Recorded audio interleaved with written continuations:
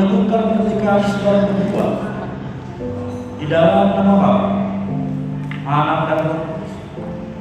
Apa yang telah dipersatukan Allah tidak boleh diceraikan manusia.